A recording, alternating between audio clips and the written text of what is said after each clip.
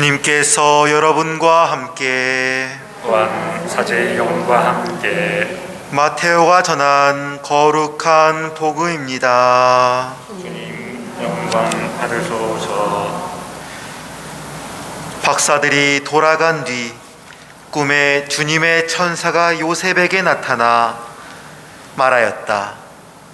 일어나 아기와 그 어머니를 데리고 이집트로 피신하여 내가 너에게 일러줄 때까지 거기에 있어라.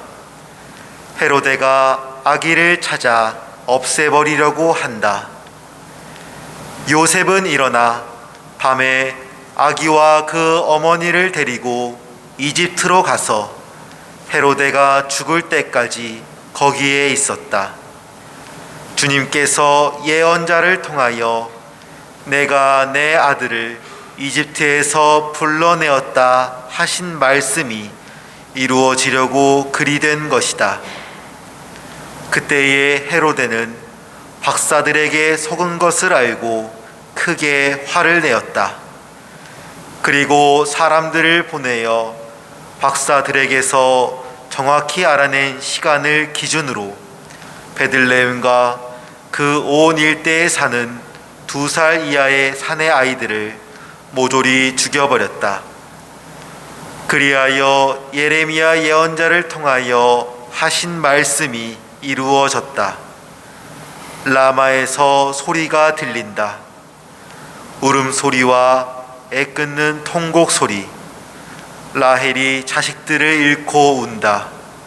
자식들이 없으니 위로도 마다한다.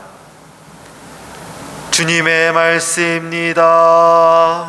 그리스도님 찬미합니다.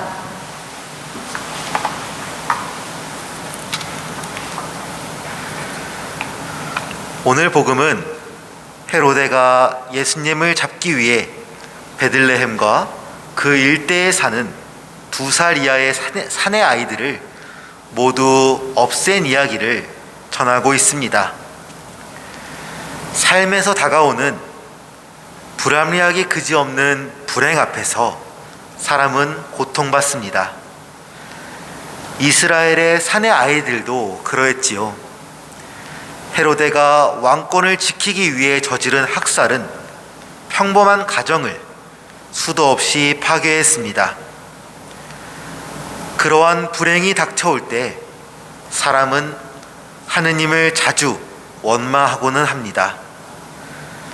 때때로 불행의 원인들보다도 하느님을 더욱 원망하고는 합니다. 성 안셀무스는 하느님께서는 전능하시기에 모든 것을 할 수 있으시다고 말했습니다. 그렇기에 하느님께서 할 수 없으신 것은 죄를 저지르는 일과 무능한 것 뿐이라고 말했습니다. 즉 하느님께서 하시는 일은 언제나 옳은 일 뿐이라는 것입니다. 그렇게 바라보자면 하느님께서 예수님을 이집트로 피신시키신 것이 예수님을 이집트에 피신시키시는 대신 헤로데에게 천벌을 내리셔서 예수님과 아기들을 모두 구하는 것보다 더 옳은 일이라는 이야기가 됩니다. 쉽게 이해가 되지 않는 이야기지요. 하느님의 계획은 반드시 이루어져야만 합니다. 하느님께서 예수님을 이집트로 피신시키시는 것이 하느님의 계획이었다면 그것은 이루어져야만 합니다. 그리고 이루어졌죠. 그것은 우리의 구원을 위해서 반드시 필요했던 일입니다. 사람이 그것을 받아들일 수 없는 이유는 여러 가지 이유가 있겠지만 그중 하나는 사람이 전능하지 않기에 그 일이 일어나지 않았을 때 어떤 일이 일어날지 알 수 없기 때문일 것입니다. 하느님께서는 언제나 가장 좋은 것만을 사람에게 주시지만 사람은 자신이 받는 것이 가장 좋은 것이라는 사실을 알 수 없습니다. 그렇기에 사람은 하느님을 의심하고 원망하기 마련입니다. 어쩔 수 없는 부분입니다. 그것이 바로 사람의 불완전함이기 때문입니다. 완전하신 분은 오직 하느님 한 분뿐이시기에 우리는 평생을 의심과 불안에 맞서 싸우며 신앙을 지켜나가는 방법밖에 없습니다. 우리가 알 수 있는 한 가지 확실한 것은 하느님께서는 절대로 죄를 짓지 않으신다는 것입니다. 죄를 지으시는 대신 우리와 함께 하십니다.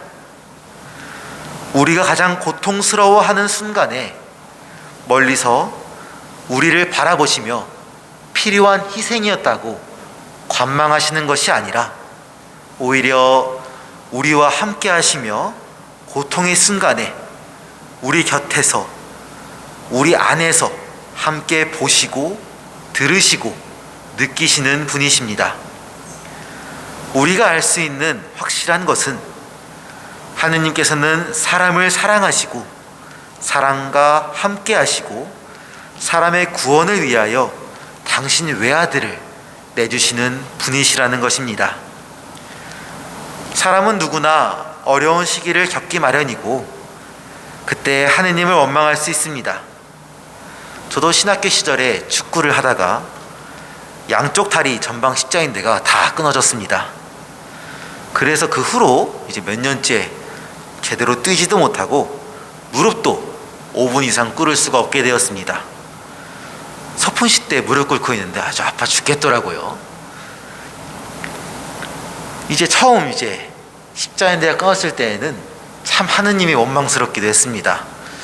왜 막 어떤 대단한 일을 하다 그런 게 아니라 공 가지고 달리다가 그냥 갑자기 끊어졌습니다. 넘어지지도 않았어요. 그냥 갑자기 끊어졌습니다. 얼마나 억울하던지. 이제 그때 끊어지고 한 5년쯤 지나고 정신 못 차리고 또 축구를 하다가 또 그냥 달리다 끊어졌습니다. 이게 볼이라도 한번 차보고 끊어지면 좀 덜 억울할 텐데 못 차고 또 끊어지니까 얼마나 억울한지 아직도 가슴이 사무치는 이야기입니다. 하지만 하느님께서는 이제 그렇게 당신을 원망하는 저의 삶에서도 함께 하시더군요. 그것은 어느 날 갑자기 깨닫게 되는 것이 아닙니다. 어느 날 갑자기 하느님께서 제 손을 잡으시고 일어서라 하시면서 이렇게 세워주시지도 않았습니다.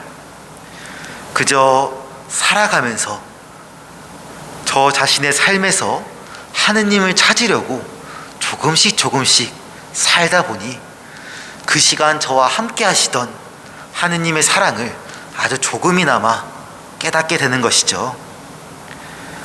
하느님께서는 그렇게 함께 하십니다. 이 세상에 어떤 죄악이 우리를 상처 입힐지라도 어떤 아픔이 우리 삶을 헤집을지라도 하느님께서는 우리와 함께 하시며 우리를 당신께서 주시는 가장 좋은 것 바로 구원으로 이끌어 주십니다. 어려운 시기를 살아가는 우리들이지만 하느님께서는 언제나 우리와 함께 하십니다. 삶에서 일어나는 어려움으로 하느님을 원망할 수는 있지만 하느님께서는 우리가 원망하는 그 순간에조차도 우리 곁에서 우리를 사랑하시고 우리를 위로해 주시며 용서하십니다. 삶의 어려움 앞에서 하느님께서 함께 하심을 깨달아가는 나날이 되실 수 있도록 그리고 그것을 통해서 더욱 큰 위로를 이 세상이 줄 수 없는 위로를 받으시는 삶이 되실 수 있도록 저도 기도 안에서 함께 하도록 하겠습니다. 잠시 묵상하겠습니다.